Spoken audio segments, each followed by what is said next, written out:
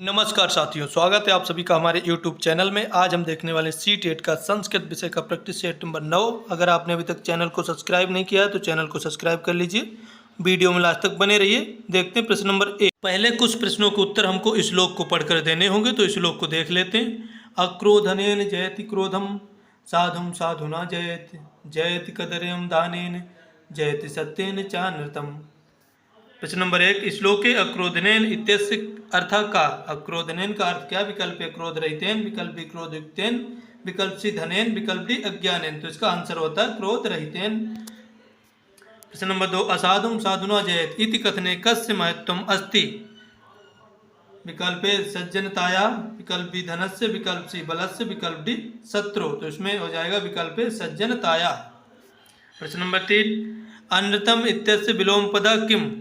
अनृत का विलोम पद क्या है? विकल्प ए मिथ्या, विकल्प बी सत्यम, विकल्प सी असत्यम, विकल्प डी कपटम।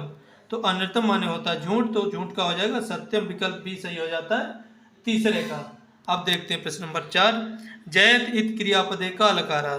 जयत इत क्रियापदे, इस क्रियापद में कौन सा लकार? विकल्प ए लट लकार, विकल्प बी लोट लकार, विकल्प सी विधिलिंग लकार, विकल्प डी लंग लकार। तो इसका हमारा सही आंसर हो जाता है विकल्प सी, इसमें विधिलिंग लकार हो जाता है प्रश्न नंबर 4 में। अब देखते हैं प्रश्न नंबर 5, भाषा शिक्षण संरचनात्मक उपागम से प्रवर्तक का। संरचनात्मक उपागम के प्रवर्तक कौन? विकल्प ए वाइगोत्स्की, विकल्प बी स्किनर, विकल्प सी चोम्स्की, विकल्प डी पावलोव। तो इसका हमारा सही आंसर हो जाता है विकल्प ए। जो संरचनात्मक उपागम है उसके जनक होते हैं वाइगोत्स्की। ए विकल्प सही हो जाता है। प्रश्न नंबर 6, नमस्ते इत्यस्य संधि विच्छेद का। विकल्प ए नमा धनते, विकल्प बी नमो धनते, विकल्प सी नमा नम प्लस स्ते, विकल्प डी नमस प्लस ते। तो इसका सही आंसर हो जाएगा नमा धनते। यहाँ पे विसर्ग संधि हो जाती है, तो ए विकल्प सही होता है। प्रश्न नंबर 7, संस्कृत शिक्षण सूक्ष्म शिक्षण यानी कि माइक्रो टीचिंग अवधि कियती।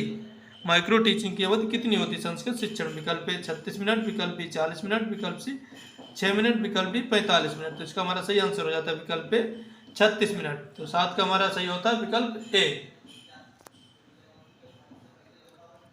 अब देखते हैं प्रश्न नंबर 8, राजपुत्रा इत्यस्य का समास अस्ति। राजपुत्र इस पद में कौन सा समास है? विकल्प ए दिगु, विकल्प बी तत्पुरुष, विकल्प सी अव्ययीभाव, विकल्प डी द्वंद्व।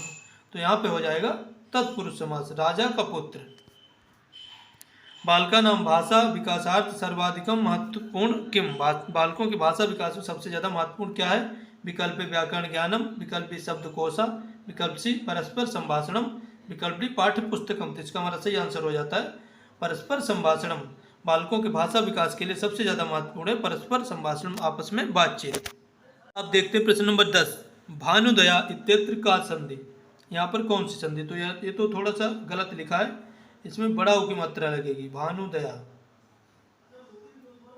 यहाँ पे छोटा ऊ की मात्रा नहीं होगी, यहाँ पे बड़ा ऊ की मात्रा होगी। यहाँ पे बड़ा ऊ की मात्रा मानेगा भानुदया, तो यहाँ पर हो जाएगी हमारी दीर्घ संधि, आकाश वर्णे दीर्घा। भानु प्लस उदया बराबर भानुदया। तो विकल्प बी सही हो जाता है हमारा।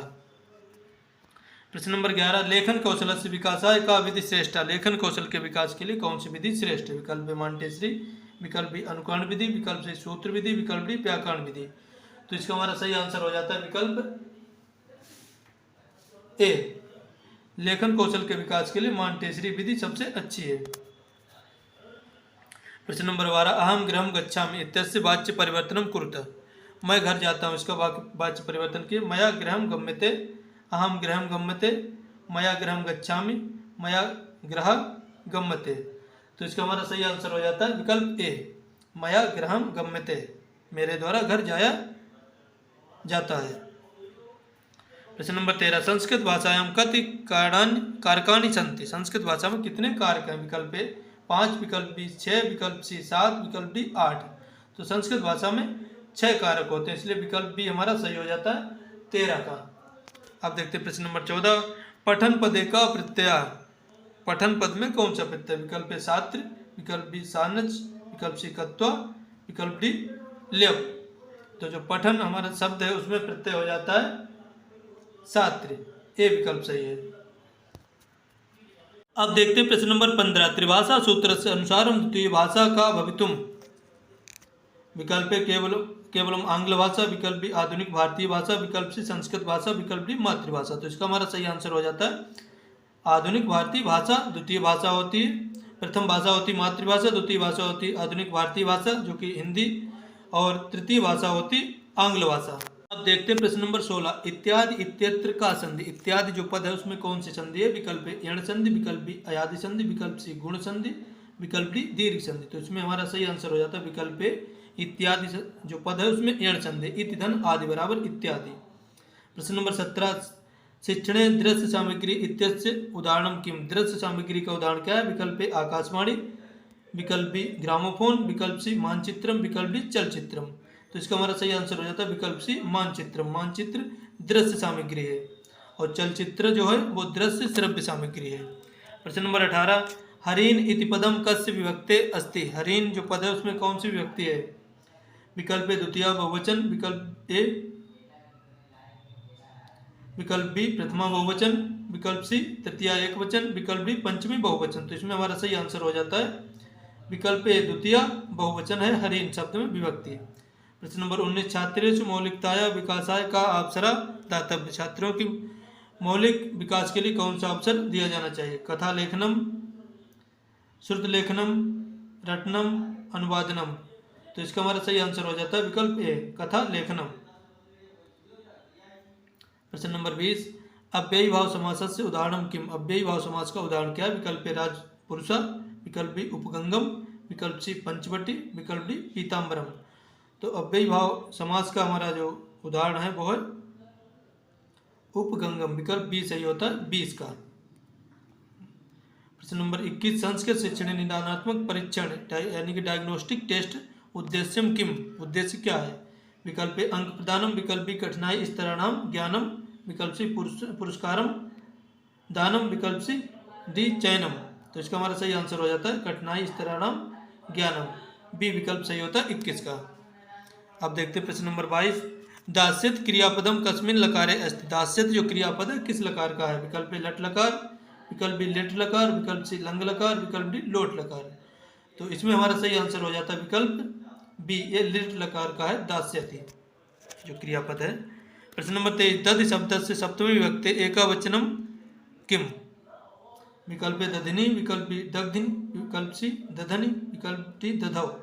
तो इसका हमारा सही आंसर हो जाता है विकल्प बी दधनी हो जाएगा, दधि शब्द का सप्तमी विभक्ति एक वचन में। अब देखते हैं प्रश्न नंबर 24, भाषा कौशलना नाम क्रमा का। भाषा कौशलों का क्रम क्या है? विकल्प ए श्रवण भाषण पठन लेखन, विकल्प बी पठन लेखन श्रवण भाषण, विकल्प सी श्रवण पठन भाषण लेखन, विकल्प डी लेखन पठन भाषण श्रवण। तो इसका हमारा सही आंसर हो जाएगा विकल्प ए। पहले होता है सुनना जिसको बोलते हैं श्रवण, फिर होता है बोलना जिसको बोलते हैं भाषण, फिर होता है पढ़ना जिसको बोलते हैं पठन, फिर होता है लिखना जिसको बोलते हैं लेखन। तो श्रवण भाषण पठन लेखन, सुनना बोलना पढ़ना लिखना, जिसको शॉर्ट में सुबोपली कह सकते हैं। सुबोपली सुनना बोलना पढ़ना लिखना। प्रश्न नंबर 25, अधिकरण कार के विभक्ति भवति का विभक्ति भवति। विकल्प ए तो द्वितीय, विकल्प बी तृतीय, विकल्प सी सप्तमी, विकल्प डी पंचमी। तो अधिकरण कारक में सप्तमी विभक्ति होती है, सी विकल्प हमारा सही हो जाता है 25 का। अब देखते हैं प्रश्न नंबर 26, संस्कृत शिक्षण से प्रमुखोद्देश्यम किम। संस्कृत शिक्षण का प्रमुख उद्देश्य क्या है? विकल्प ए केवलम परीक्षा सफलता, विकल्प बी रसानुभूति एवं भाषिक क्षमता, विकल्प सी अर्थोपार्जनम, विकल्प डी कंठस्थी कारणम। तो इसका हमारा सही आंसर हो जाता है विकल्प बी रसानुभूति एवं भाषिक क्षमता। अब देखते हैं प्रश्न नंबर 28, कवि शब्द से प्रथमा विभक्ति द्विवचनम किम। कवि शब्द का प्रथमा विभक्ति द्विवचन क्या? विकल्प ए कवि, विकल्प बी कवया, विकल्प सी कवे, विकल्प डी कवये। तो इसका हमारा सही आंसर हो जाता है विकल्प ए कवि शब्द से प्रथमा विभक्ति द्विवचनम रूप कवि अस्ति। प्रश्न नंबर 29, मूल्यांकनम भवति। मूल्यांकन होता है विकल्प ए सप्तम, विकल्प बी एक वारम, विकल्प सी वार्षिकम, विकल्प डी मासिकम। तो मूल्यांकनम सततम भवति, विकल्प ए सही हो जाता है 29 का। अब देखते हैं आखिरी प्रश्न 30 नंबर, आवर्ण से उच्चारण स्थानम किम। आवर्ण का उच्चारण स्थान क्या है? विकल्प ए तालु, विकल्प बी कंठा, विकल्प सी ओष्ठा, विकल्प डी मूर्धा। तो ये सूत्र होता है अकुह विसर्जनीय नाम कंठा। आ का वर्ग हा विसर्ग इन सब का उच्चारण स्थान कंठ होता है, तो आ जाएगा हमारा कंठवर्ण में विकल्प बी सही होता है। आशा करता हूँ आपको वीडियो पसंद आया होगा। चैनल सब्सक्राइब कर लीजिए। धन्यवाद।